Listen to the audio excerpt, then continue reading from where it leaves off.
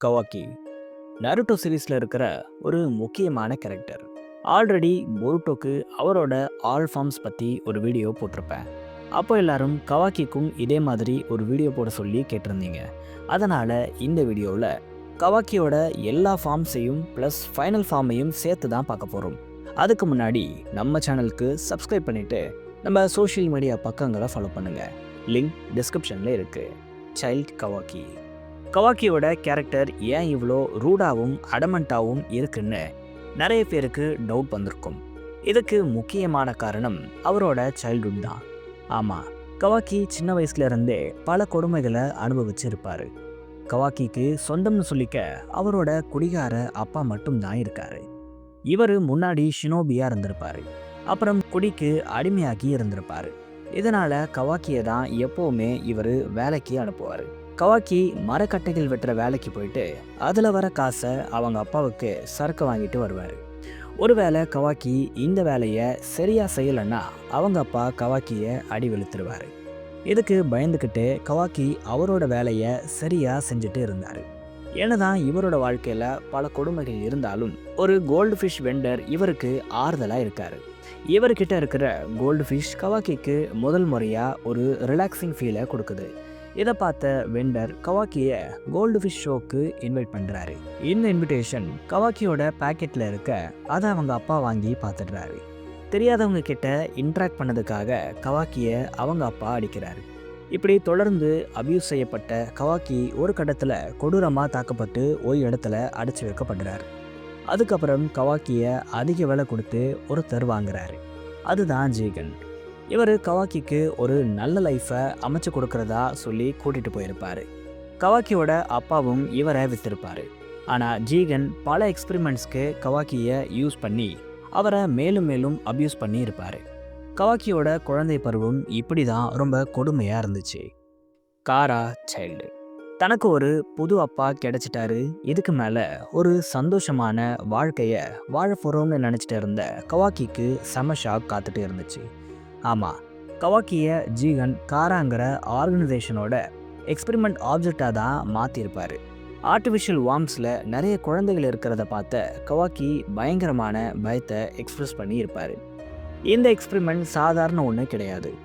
ஒட்டுசுக்கியாக இருக்கிற ஜீகன் அவரோட பேக்கப் டேட்டாவான காமாவை ஒரு ஹியூமனுக்குள்ளே செலுத்தணும். அப்படி செலுத்தினா அவங்களுக்குள்ள ஜீகன் ஹியூமன் டேட்டாவை எரேஸ் பண்ணிவிட்டு அவரோட டேட்டாவை எக்ஸ்ட்ராக்ட் பண்ணி மறுபடியும் பொறுப்பார். அந்த டேட்டாவை கேரி பண்ணுற அளவுக்கு அந்த பாடிக்கு கெப்பாசிட்டி இல்லைன்னா அந்த எக்ஸ்பெரிமெண்ட்ஸோட சைடு எஃபெக்ட்ஸ் வார்மில் இருக்கிற பர்சன்ஸை கொண்டுடும். இதில் இப்போ வரைக்கும் சக்ஸஸ் ரேட் ரொம்ப கம்மியாக தான் இருக்குது. ஆமாம், கவாக்கியே பல பேர் இதால் இறந்து போகிறத விட்னஸ் பண்ணி இருப்பார். இப்படி ஒரு ட்ராமாவை தான் கவாக்கி காரா ஆர்கனைசேஷன் அப்போது அனுபவிச்சு இருப்பார். அப்போவே இவர் இறந்து போயிருந்தா கூட ஒரு வகையில் பீஸை அடைஞ்சு இருப்பார். ஆனால் கவாக்கி காமாவை பொசஸ் பண்ணக்கூடிய கெப்பாசிட்டியை உடையவராக மாறினது தான் அவரோட லைஃபோட பெரிய ட்ராஜடியாக இருக்குது. ஆமாம், இதுக்கப்புறம்தான் கவாக்கியோட லைஃப் இன்னும் மோசமாக போக ஆரம்பிச்சுது. ஜீகன் ட்ரைனிங் கவாக்கியோட லைஃபோட மோசமான ஃபேஸ் இதுவாக தான் இருந்திருக்கும். காமாவை பொசஸ் பண்ண கவாக்கி அதை மாஸ்டர் பண்ண ரொம்ப கஷ்டப்பட்டு இருப்பார். ஆனால் ஜீகனுக்கு ஃபுல் மாஸ்டர் காரமாக இருக்கிற வெசல் தான் வேணும். இதனால் அவரே கவாக்கியை ட்ரெயின் பண்ணி இருப்பார். இந்த ட்ரைனிங் சாதாரணமானது இல்லை. கவாக்கியை ஃபிசிக்கலாகவும் மென்டலாகவும் பிரேக் பண்ணி நான் ஒரு வெசல் மட்டும்தான், அதை தாண்டி எனக்கு வேறு பர்பஸே இல்லைன்னு கவாக்கி மைண்ட் செட் பண்ண வைக்கிறது தான் இந்த ட்ரைனிங்கோட பர்பஸ். அப்போ தான் ஜீகன்லேருந்து வரப்போகிற இஷிக்கிக்கு இது பர்ஃபெக்ட் வெசலாக இருக்கும். இதனால் ஜீகன் கவாக்கியை தினம் அடிக்கிறாரு, கொடுமையும் படுத்துகிறாரு. இப்படி அப்யூஸ் பண்ணும்போது நீ ஒன்றுமே இல்லை, நீ சாதாரணமான ஒரு ஆள், உனக்குன்னு எந்த பர்பஸும் இல்லை, உன்னோட ஹார்ட் எம்டியாக இருக்குது, உனக்கு இருக்கிற ஒரே பர்பஸ் நான் தான், என்னை விட்டா நீ ஒரு புரோக்கன் வெசல் தான்னு தினம் சொல்லியே அடிக்கிறாரு. கவாக்கி அவங்க அப்பா கூட இருந்ததை விட 1000 மடங்கு அதிகமான கஷ்டத்தை அனுபவிக்கிறாரு. இப்படி தான் கவாக்கியோட ஃபர்ஸ்ட் ட்ரைனிங் இருந்திருக்கும்.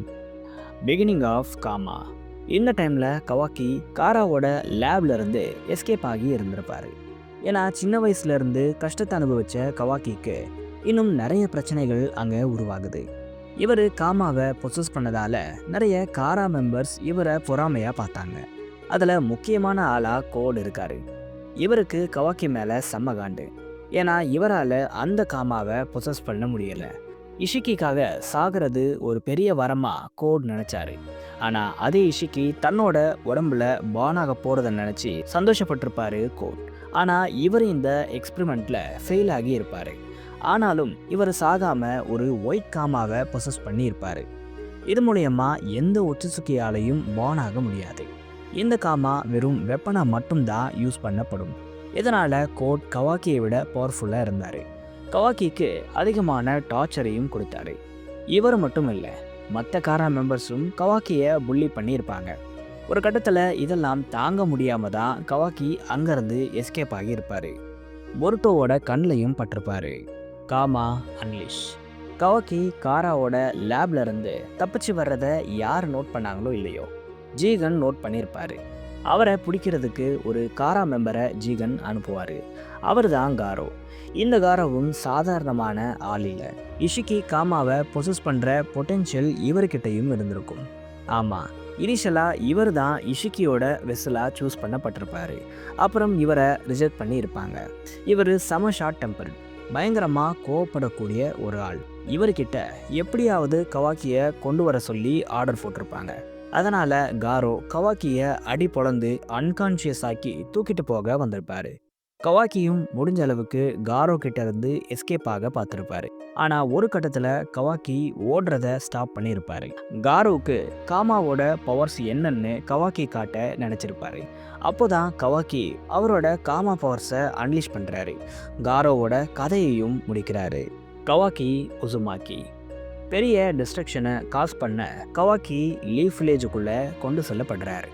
ஆனால் கவாக்கிக்கு வில்லேஜ் எது, ஹாஸ்பிட்டல் எது, லேப் எதுன்னு தெரியாததுனால மறுபடியும் எங்கேயோ போய் ட்ராப்குள்ளே சிக்கிட்டோம்னு நினச்ச கவாக்கி அங்கேருந்து எஸ்கேப் ஆகுறாரு. கண்ணில் பட்டது எல்லாத்தையும் டிஸ்ட்ராய் பண்ணுறாரு. இவரை கண்ட்ரோல் பண்ண எவ்வளோ பேர் வந்தும் இவர் அன்டச்சபிளாக இருக்கார். கடைசியாக இவரோட ஆட்டம் கொஞ்சம் ஓவராக போக நருட்டோ அங்கே வந்துடுறாரு. கவாக்கியை ஈஸியாக நருட்டோ ஓவர் பவர் பண்ணிடுறாரு. இதை பார்த்த கவாக்கி நருட்டோ கிட்ட இருந்து எஸ்கேப் ஆக முயற்சி பண்ணுறாரு. பட் நருட்டோ கிட்ட இருந்து எஸ்கேப் ஆகிறது ரொம்ப கஷ்டம். அதனால் நருட்டோ கவாக்கியை பிடிச்சிடுறாரு. கவாக்கியோடைய நிலைமையை அவர் சொல்லாமலேயே புரிஞ்சுக்கிட்ட நருட்டோ கவாக்கியை அடாப்ட் பண்ணுறதா முடிவெடுக்கிறாரு. ஆனால் இதில் கொஞ்சம் கூட விருப்பம் இல்லாத கவாக்கி ஆரம்பத்தில் அடம் பிடிக்கிறாரு. ஆனால் நருட்டோ கவாக்கியை அவரோட பையன் மாதிரியே ட்ரீட் பண்ணுறாரு. அவரோட வீட்டுக்கே கூட்டிகிட்டு போய் அங்கேயே வச்சு கவாக்கியை பார்த்துக்கிறாரு. பொருட்டோ ஹீமாவரி கூடவே கவாக்கியும் வளர்றாரு. கவாக்கி சின்ன வயசுலேருந்து ஏங்கின அன்பு ஒரு வழியாக நருட்டோ மூலமாக அவருக்கு கிடைக்கிது. இப்படி தான் கவாக்கி உசுமாக்கியாக மாறினார். கவாக்கி லாஸ் ஆம். இந்த டைமில் கவாக்கிக்கு நருட்டோ மேலே பெரிய அன்பு வந்திருக்கும். எப்படியாவது நருட்டோவை ப்ரொடெக்ட் பண்ணணும், நருட்டோவோட அன்பு தனக்கு வேணும்னு நினச்சிருப்பாரு. இந்த டைமில் தான் டெல்டா லீஃப் வில்லேஜை இன்வைட் பண்ணி இருப்பாங்க. நருட்டோ கிட்ட சண்டையும் போட்டிருப்பாங்க. பட் நருட்டோ கிட்ட உண்மையாகவே தௌசண்ட்ஸ் ஆஃப் எபிலிட்டி இருக்குது. ஆனாலும் டெல்டாவோட பொட்டென்ஷியல் என்ன, அவங்களோட பிளான் என்னன்னு தெரிஞ்சுக்க நருட்டோ கொஞ்ச நேரம் ப்ளே பண்ணிட்டு இருந்திருப்பார். இந்த ஃபைட்டை சீரியஸாக எடுத்துக்கிட்டு இருந்திருக்க மாட்டார். ஆனால் ஒரு கட்டத்தில் ஒரு அட்டாக் நருட்டோ மேலே பட அதை கவாக்கி போய் தடுக்க அவரோட ஆர்ம் அங்கேயே சாம்பலாகியிருக்கும். இந்த அட்டாக்கை நருட்டோவாலேயே ஈஸியாக பிளாக் பண்ணியிருக்க முடியும். ஆனால் கவாக்கியோடைய கேரக்டர் டெவலப்மெண்ட்காக இப்படி ஒரு விஷயத்தை ரைட்டர்ஸ் பண்ணியிருப்பாங்க. இந்த ஃபைட்டோட எண்ணில் கவாக்கி நருட்டோக்காக அவரோட ஆமை சாக்ரிஃபைஸ் பண்ணி இருப்பார். ஆனால் அதை விட ஒரு அட்வான்ஸான ஆமை நருட்டோ கடாக்சுகி கிட்ட சொல்லி கவாக்கிக்கு ரெடி பண்ணி கொடுத்துருப்பார். இதில் நருட்டோ அவரோட சாக்ராவை இன்ஃப்யூஸ் பண்ணி வச்சிருப்பாரு. Kawaki karma stage 2. இந்த டைமில் கவாக்கியை தேடி ஜீகனே வந்திருப்பாரு. நருட்டோ, சாஸ்கே, கோனஹமாரு, பொருட்டோன்னு எல்லாரையும் தூக்கி போட்டு மிதிச்சிருப்பாரு ஜீகன். நருட்டோ வாங்கின அடியை பார்த்து நானே சரண்டர் ஆகிறேன்னு கவாக்கி சொல்லியிருப்பார். அப்பவும் கேட்காம நருட்டோவை ஜீகன் பொழக்க அப்போதான் கவாக்கி அவரோட காமாவோட ஸ்டேஜ் 2க்கு போயிருப்பார். இதை பார்த்து ஜீகனே ஷாக் ஆகியிருப்பார். தன்னோட காமாவை பொசஸ் பண்ண ஏற்ற வெசல் இதுதான்னு ஜீகன் நினச்சிருப்பாரு. ஆனால் பொருட்டோவோட ஸ்டேஜ் 2 காமா மாதிரி கவாக்கியோட ஸ்டேஜ் 2வை பெருசாக எக்ஸ்ப்ளோர் பண்ணவே இல்லை. No karma Kawaki. பல சாக்கரா ஃப்ரூட்டை சாப்பிட்டு லைஃப் ஃபோர்ஸை ஜம்முன்னு வச்சிருந்த இஷிக்கியை பேரியன்மோ நருட்டோ வாய் மேலேயே குத்தி கம்முன்னு ஆக்கியிருப்பாரு.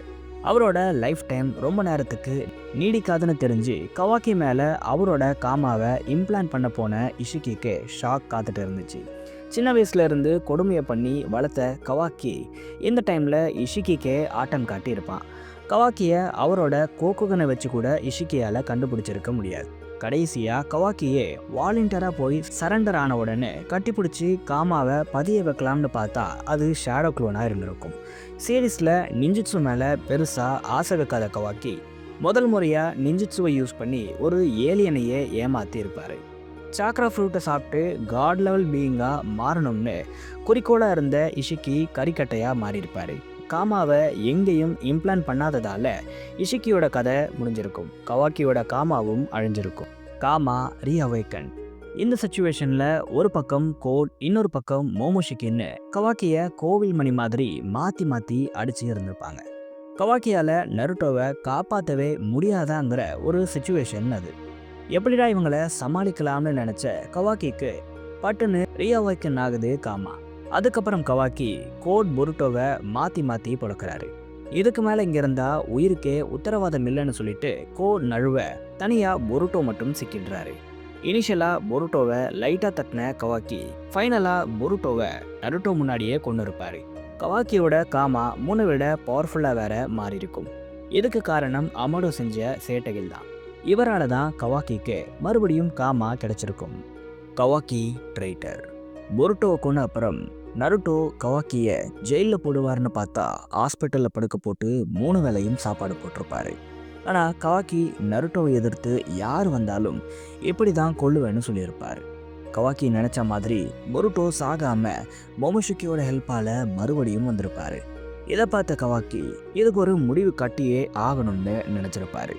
நருட்டோ அசந்த நேரம் பார்த்து ஹினாட்டா நருட்டோவை அப்படியே வேற டைமென்ஷனில் சீல் பண்ணிவிட்டு பொருட்டோவை கொல்ல போயிருப்பார். ஆனால் அதுக்குள்ளேயே எல்லாரும் வந்து தடுத்துட கவாக்கி பக்காவாக சிக்கியிருப்பார். அந்த டைமில் கவாக்கியை கொல்றதுக்காக ஒரு ஃபோர்ஸே தேடிக்கிட்டு இருந்திருக்கும். ஆனால் ஐடா அவங்களோட ஆம்னிபொட்டன்ஸை யூஸ் பண்ணி ரோல்ஸை ஸ்வாப் பண்ணிடுவாங்க. இதுபடி கவாக்கி உசுமாக்கியாக மாறிடுவார். பொருட்டோ ட்ரைட்டராக மாறிடுவார். இப்படி தான் ஓஜி சீரீஸ் எண்ட் ஆகி இருக்கும். Time skip Kawaki. டைம் ஸ்கிப்பில் லாங் ஹேரை வளர்த்துக்கிட்டு ஒரு கேரக்டர் விடாமல் எல்லார் கூடயும் சண்டை போட்டு கவாக்கி மண்ணை கவிட்டு இருக்கார். ஆனால் அப்படியே இன்னொரு பக்கம் பொருட்டோ பேஸ் ஃபார்மை வச்சு ஷின்ஜூஸ்லேருந்து கோட் வரைக்கும் எல்லாரையும் அடித்து பறக்க விட்டுருப்பார். ஒரு கட்டத்தில் கவாக்கி அண்ட் பொருட்டோ டீம் அப் பண்ணுறாங்க. அப்போது பொருட்டோ கவாக்கியோட லிமிட்டர்ஸ் பற்றி சொல்ல அமடோவோட சட்டையை பிடிச்சி லிமிட்டர்ஸை லிஃப்ட் பண்ண சொல்கிறாரு கவாக்கி. ஆனால் அதுக்கு அமடோ ஒரு நிபந்தனையை வைக்கிறாரு. ஆமாம், கவாக்கியோட காமாவை அவரோட நியூ க்ளோன் மேலே இம்ப்ளான்ட் பண்ணால் மட்டும்தான் கவாக்கியோட லிமிட்டர்ஸை லிஃப்ட் பண்ணுவேன்னு அமடோ சொல்ல கவாக்கி இதை பற்றி யோசிக்கிறேன்னு சொல்லியிருப்பாரு. யோசிக்கவே வேண்டாம், கண்டிப்பாக கவாக்கி அமடோ சொன்னதை பண்ணி அவரோட லிமிட்டர்ஸை லிஃப்ட் பண்ண தான் போகிறாரு. இது அவருக்கு நியூ பவர்அப்ஸாக இருக்க போகுது. Final form Kawaki. பொருட்டோவோட ஃபைனல் ஃபார்முக்கு நிறைய ஹிண்ட்ஸை ரைட்டர்ஸ் கொடுத்துருந்தாங்க. அதை பற்றி டீட்டெயில்டாக அந்த வீடியோவில் பேசியிருப்பேன். ஆனால் கவாக்கி பற்றி பெருசாக எங்கேயும் சொல்லப்படலை. பட் கவாக்கிங்கிற கேரக்டர் கிஷிமோட்டோ எழுதின கராகுரின்னு சொல்லப்படுற ஒன் ஷாட் மாங்காவில் இருக்கிற கிருவை இன்ஸ்பயர் பண்ணி தான் எடுத்திருக்காங்க. கிரு கராகுரின்னு சொல்லப்படுற ஒரு ஸ்குவாடில் இருப்பார். இந்த ஸ்குவாட் அட்வான்ஸ் டெக்னாலஜியை யூஸ் பண்ணி வில்லன்ஸோட ஃபைட் பண்ணுவாங்க. கிஷிமோட்டோ கவாக்கியை அப்படியே இந்த கேரக்டரில் இருந்து தான் பண்ணியிருப்பார். அதனால தான் கவாக்கியை சைபாகா உருவாக்கி இருப்பார். இதனால் கவாக்கியோட ஃபார்ம் ஒட்சுக்கியோடது மாதிரி இல்லாமல் ஒரு ஃபியூச்சரிஸ்டிக் வில்லனோடது மாதிரி இருக்கலாம். பொருட்டோ ஷினோபிஸ்க்காகவும் கவாக்கி டெக்னாலஜிக்காகவும் ஃபைட் பண்ணலாம். ஆல்ரெடி கவாக்கி ஃப்யூச்சர்லேருந்து வந்ததாலாம் ஒரு தியரி இருக்குது. அது இந்த ஒரு சுச்சுவேஷனுக்கு ஆப்டாக இருக்கும். டைம் இருந்தால் அந்த தியரியை பற்றி ஒரு தனி வீடியோ போடுறேன். ஸோ இன்றைக்கான வீடியோவில் கவாக்கியோட பவர் அப்ஸ் எவல்யூஷன் பற்றி எல்லாம் பார்த்துருப்போம்.